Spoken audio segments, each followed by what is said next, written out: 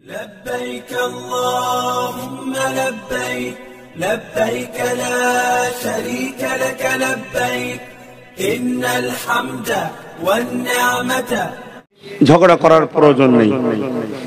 আমরা দাঁড়িয়ে সালাম দিই, আমরা দিচ্ছি দেব।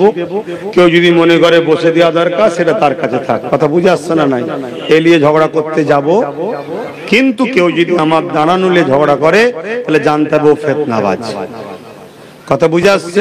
হ্যাঁ, আসেন সকলে আমরা আদবের সাথে দাঁড়িয়ে। কেন দাঁড়িয়ে সালাম দিই? সাহাবা হুজুররা দাঁড়িয়ে সালাম দিতেন। জোরে বলুন সুবহানাল্লাহ।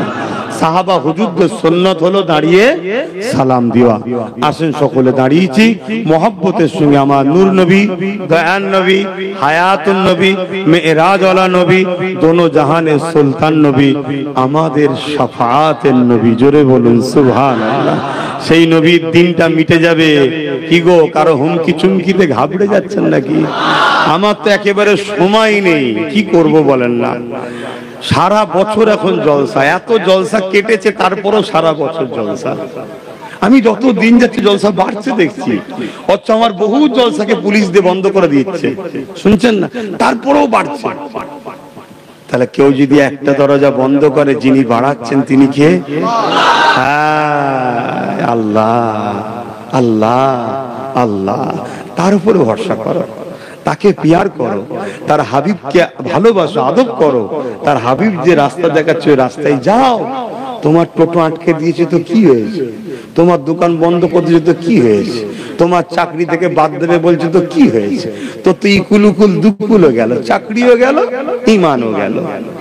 অনেক ঘটছে না? ঘটে না? লাভ মেরে ঝুপ করে পালিয়ে গেছে। কেন? বলছে আমার দোকান বন্ধ। সেই দোকানও গেছে, সবই গেছে। কথা মাথায় ঢুকছে না? ঢোকে নেই? হ্যাঁ, মজবুত হয়ে থাক। আল্লাহ তোকে হয়তো পরীক্ষা নিচ্ছে। সত্যি হয়তো তুই হকের উপর থাকার জন্য চাকরিটা যেতে পারে। তুই কত মজবুত করে থাকিস দেখবো, দুদিন পরে তোকে আল্লাহ এর থেকে হয়তো ভালো জায়গায় পৌঁছে দিত। কিন্তু বোকা, যেমন আমি আমার কথা বলছি, আমার কথা জলসা পট পট প্রথমের কথা বলছি, কেটে গেল। কেন? পুলিশ বলছে ফুরফুরাই কি হুজুর নেই, ওইটাকে বাদ দিয়ে যাকে খুশি লিয়াই না। তোকে বলেছে হাইদা, সর্বনাশের কথা শুনছেন তো নাকি? আমি চিন্তা করি পুলিশ বন্ধুদের সঙ্গে আমার কি ঝামেলা, আমি এলে আপনাদের কি সমস্যা? না, আমি এলে পুলিশের সমস্যা নয়, আমি এলে সমস্যা পুলিশদের উপরে যারা বসে আছে তাদের। তারা চাপ দেয়, এ বেচারীরা নিরুপায়। শুনছেন তো নাকি? এবার কিছু কিছু জায়গার ছেলে এমন হয়ে গেছে, তারা কেস খেয়ে থানাটা যেন তাদের ঘর বাড়ি টাইপের হয়ে গেছে। তারা ওই সঙ্গে সঙ্গে হাইকোর্ট চলে যায়, হাইকোর্টে গিয়ে পারমিশন করে, পারমিশন করে এবার ঘরে এসে বসে থাকে।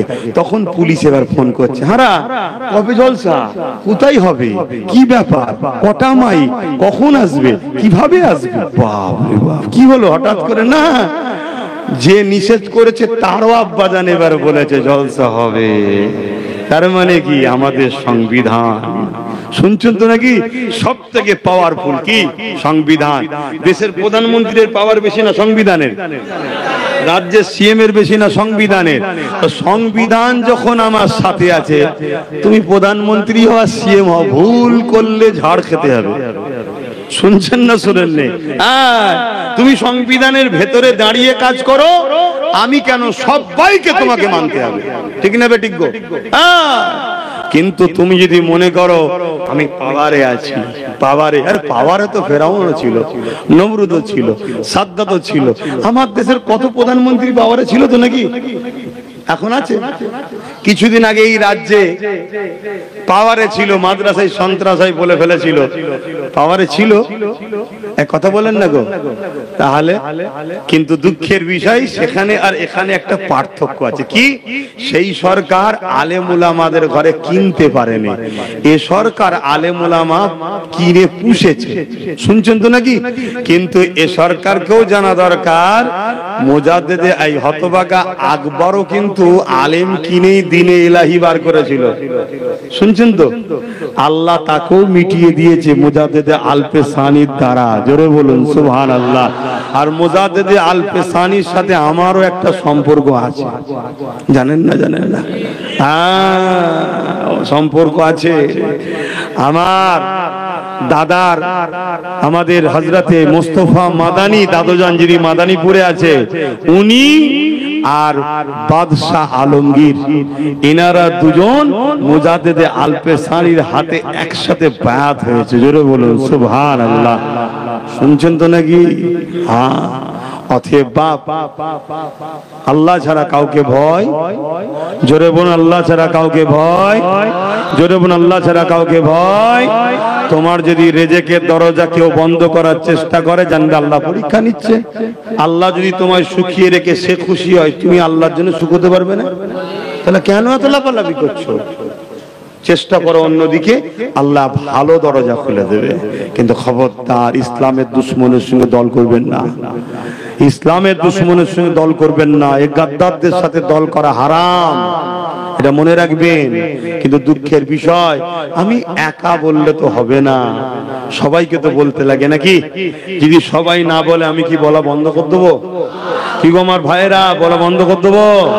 আরে আমার কথা শুনে যদি দুটো ছেলে ইসলাম বিদ্বেষীর থেকে দূরে সরে যায়, ওই দুজনও যেমন নাজাত পাবে পরকালে, আমি হকের মেসেজ দেওয়ার জন্য এর ওসিলাতেই জান্নাত যাওয়া যথেষ্ট। জোরে বলুন সুবহানাল্লাহ। ইয়া নবী সালাম, ইয়া রাসূল, ইয়া হাবিব সালাম, সালাম, ইয়া নবী মদিনা হতে সব কিছু পারেন দেখিতে, মোদের লাশ কবরে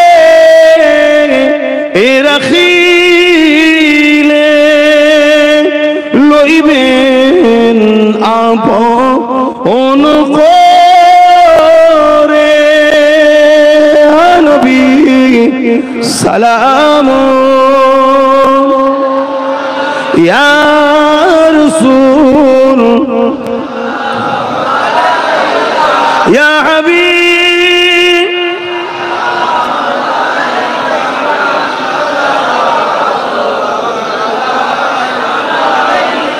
ইয়া নবী নাম ও পিয়ারা,